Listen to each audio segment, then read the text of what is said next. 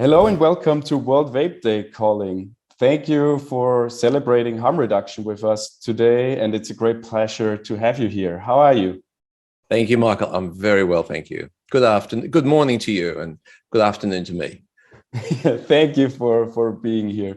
I was thinking before we get into the vaping politics to ask you a personal question. And how are you involved in smoking and tobacco harm reduction, and how did it start for you? What's your personal story about it? Well, look, I've been working as a medical practitioner for over 40 years, which says something about my age. But it soon became very clear that helping people to quit smoking was the most important thing I could do as a doctor. I mean, of all the things that we do, that saves lives, and it's the most effective intervention in practice. So I became more and more involved in research and teaching, but I found that in helping patients to quit, it was one of the most frustrating things I ever did. You know, quit rates are very low, even with the best medical care, and I was supposed to be an expert. And then when I heard about vaping and that it seemed to be working for people who couldn't otherwise quit, I became very interested. And I went to the US in 2015. I spoke with Clive Bates, Martin Dockrell, Peter Hayek, and they confirmed my impression that this was very promising. So when I came back to Australia, I got more involved in using it with my patients, in advocating for it, in following the research very carefully. And, you know, I just felt that it had enormous public health potential.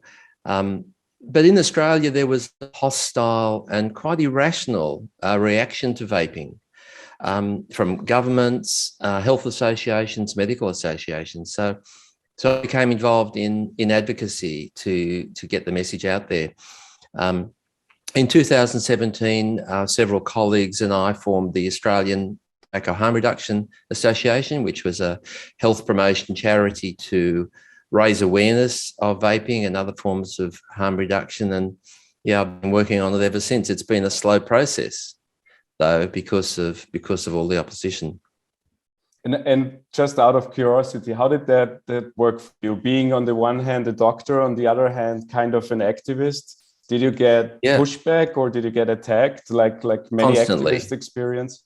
Yes, constantly. Yeah. So what I was saying was not popular in the medical profession, which I worked in all those years, and there were a lot of negatives. There was a lot of negative pushback, complaints, and loss of positions at the hospital and at the university. There was resistance and a lot of hostility.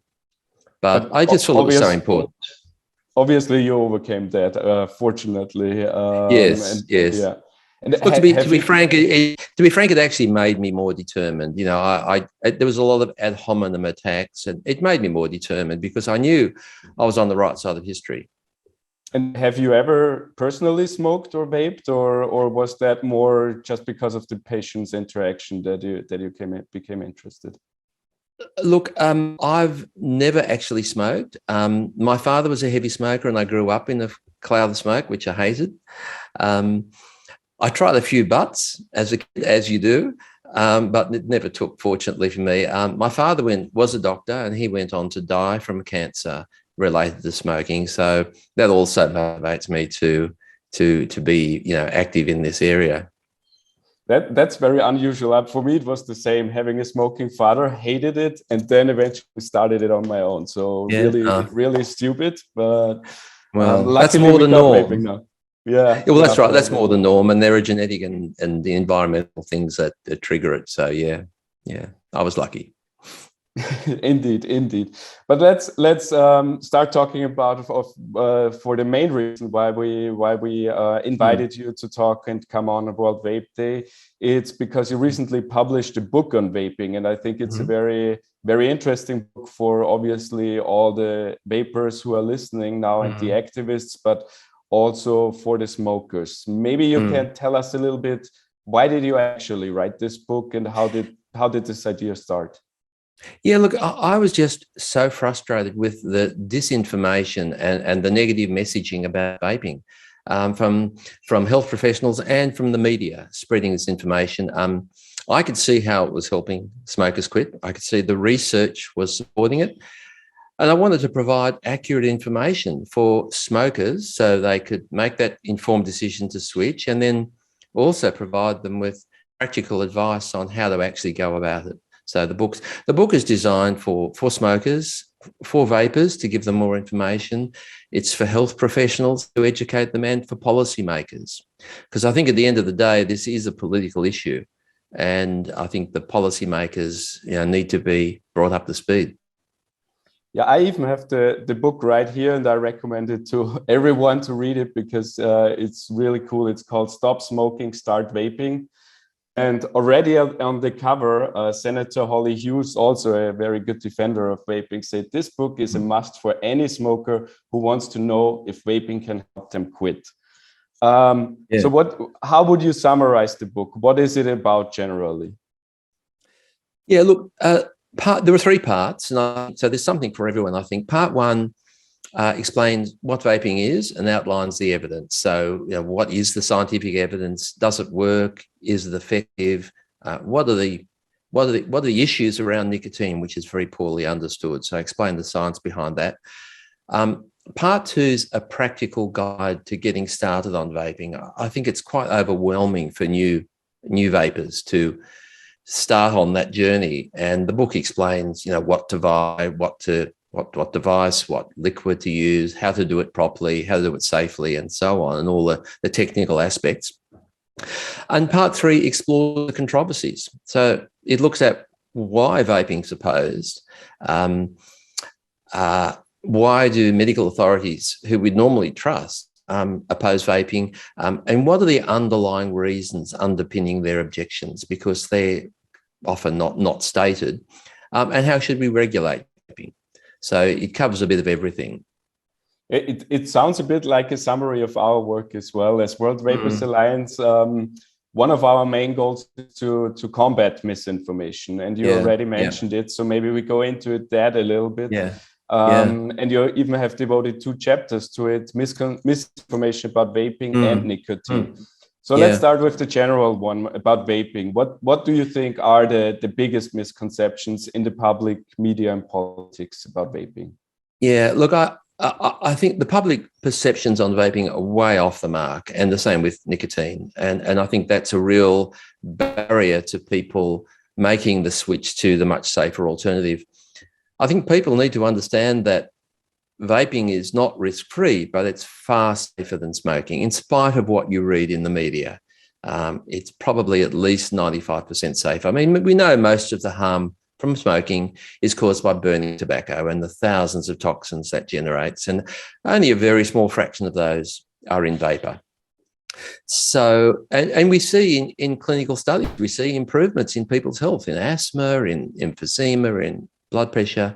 So, we know it works, and we know why it works, and we know that it's an effective quitting aid, if not the most effective quitting aid available. And for that reason, it needs to be available as an option for people to quit. I mean, the other issue I'm very concerned about is misperceptions about nicotine, which are widespread, and that's been the case for years. We know nicotine doesn't cause cancer, doesn't cause lung disease, it has only a minor role in heart disease. It doesn't harm the adolescent human brain. There's no evidence of that. And there are so many benefits of nicotine. We're not recommending people take it up for the benefits, but it does generate pleasure, improves concentration and memory, has a calming effect. And it's beneficial for a whole range of medical conditions. It's particularly good for people with schizophrenia, helps to prevent Parkinson's disease, ulcerative colitis, a whole range of things. I mean, the bottom line is that if people switch from smoking to vaping, they can expect substantial improvements in their health. And we see that all the time. They feel better, they save money, but there are some risks, and it shouldn't be taken up by non-smokers. And it's always best to stop vaping if you can without going back to smoking. And what do you think? Because I think the one main misinformation which connects vaping in general plus nicotine is, which always comes up, the gateway effect. And it's really astonishing for me how that can always be pushed, because everywhere we look, where vaping rates go up, smoking rates go down. So actually it should be celebrated, not fought against. Exactly. How do you, or why do you think is that this conception and reality go so far away from in this area? Yeah, look, this whole gateway issue is just wrong. I mean, I think it's used as an argument by people who are opposed to vaping as a way of, it's an emotional and it's an alarming concern that what kids are vaping. But the reality is that most of these kids vape short term and only transiently. Very few of them actually get addicted to vaping. And what the evidence is showing is that vaping is actually diverting kids away from smoking. And there have been a lot of studies that have found that. And that's consistent with the fact that smoking rates are falling faster than ever amongst youth in countries where vaping is supported and widely available.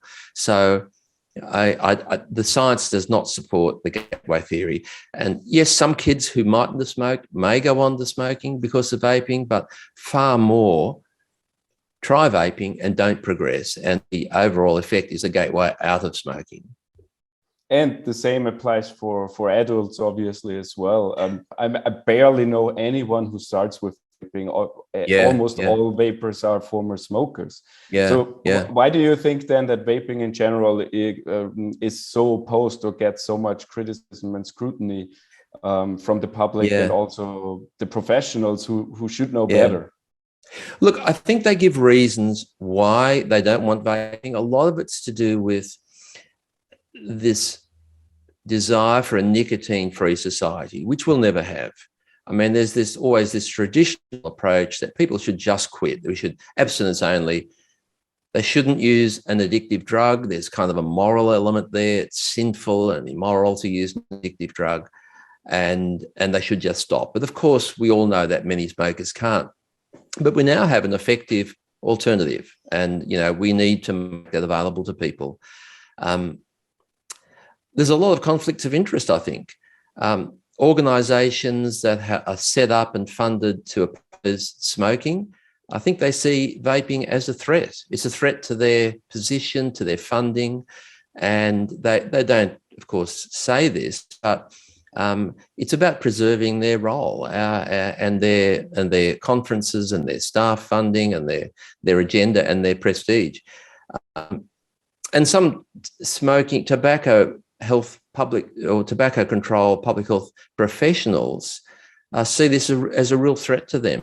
Now, this is something they didn't think of. It's different to what they've been recommending all this time. It's a threat to their prestige and their legacy. And I think they want people to continue doing what they've always said they should be doing. And this is a whole new paradigm which they're not comfortable with. And the other thing is, of course, the political risk. I think for governments, there's more kudos in being tough on smoking and in protecting the kids.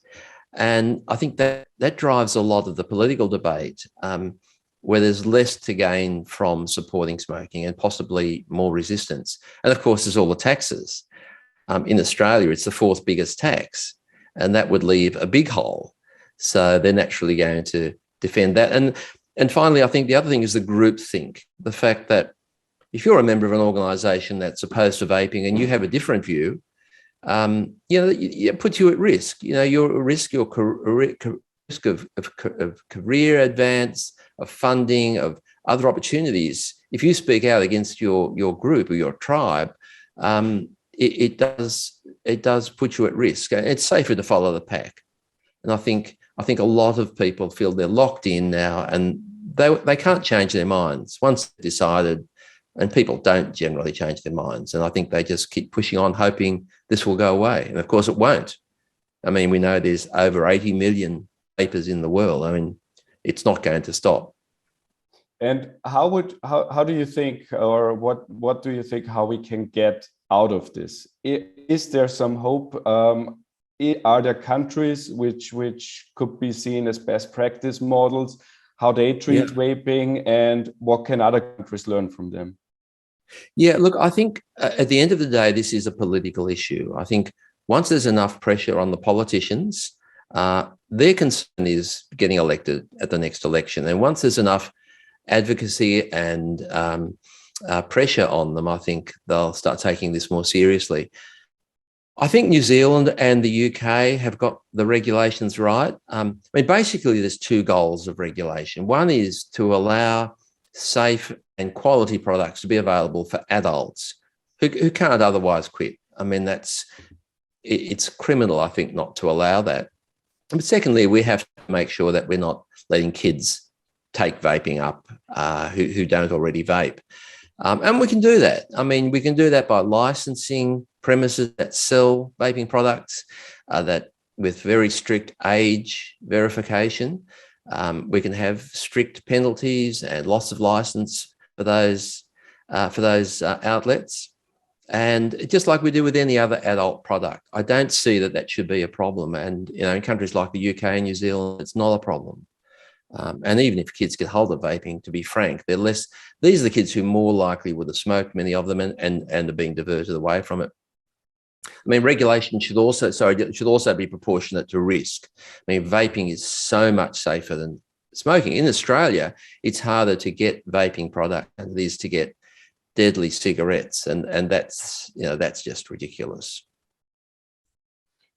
Yeah, I fully agree. Obviously, unfortunately, we are already running out of time. But as for a very, very short last thing, what would you say to all the listeners, to the vapers, the activists? What should they do or can do to protect vaping? Yeah, look, I think what they need to do is to make as much noise as they can. I mean, I know in some countries they are, but I think approaches to politicians are key. I think they should visit their members of parliament. I think they should write to newspapers. They should tell their friends, tell their health professionals. And eventually they'll have to realise that this is a serious issue. It's not going to go away. And actually it works.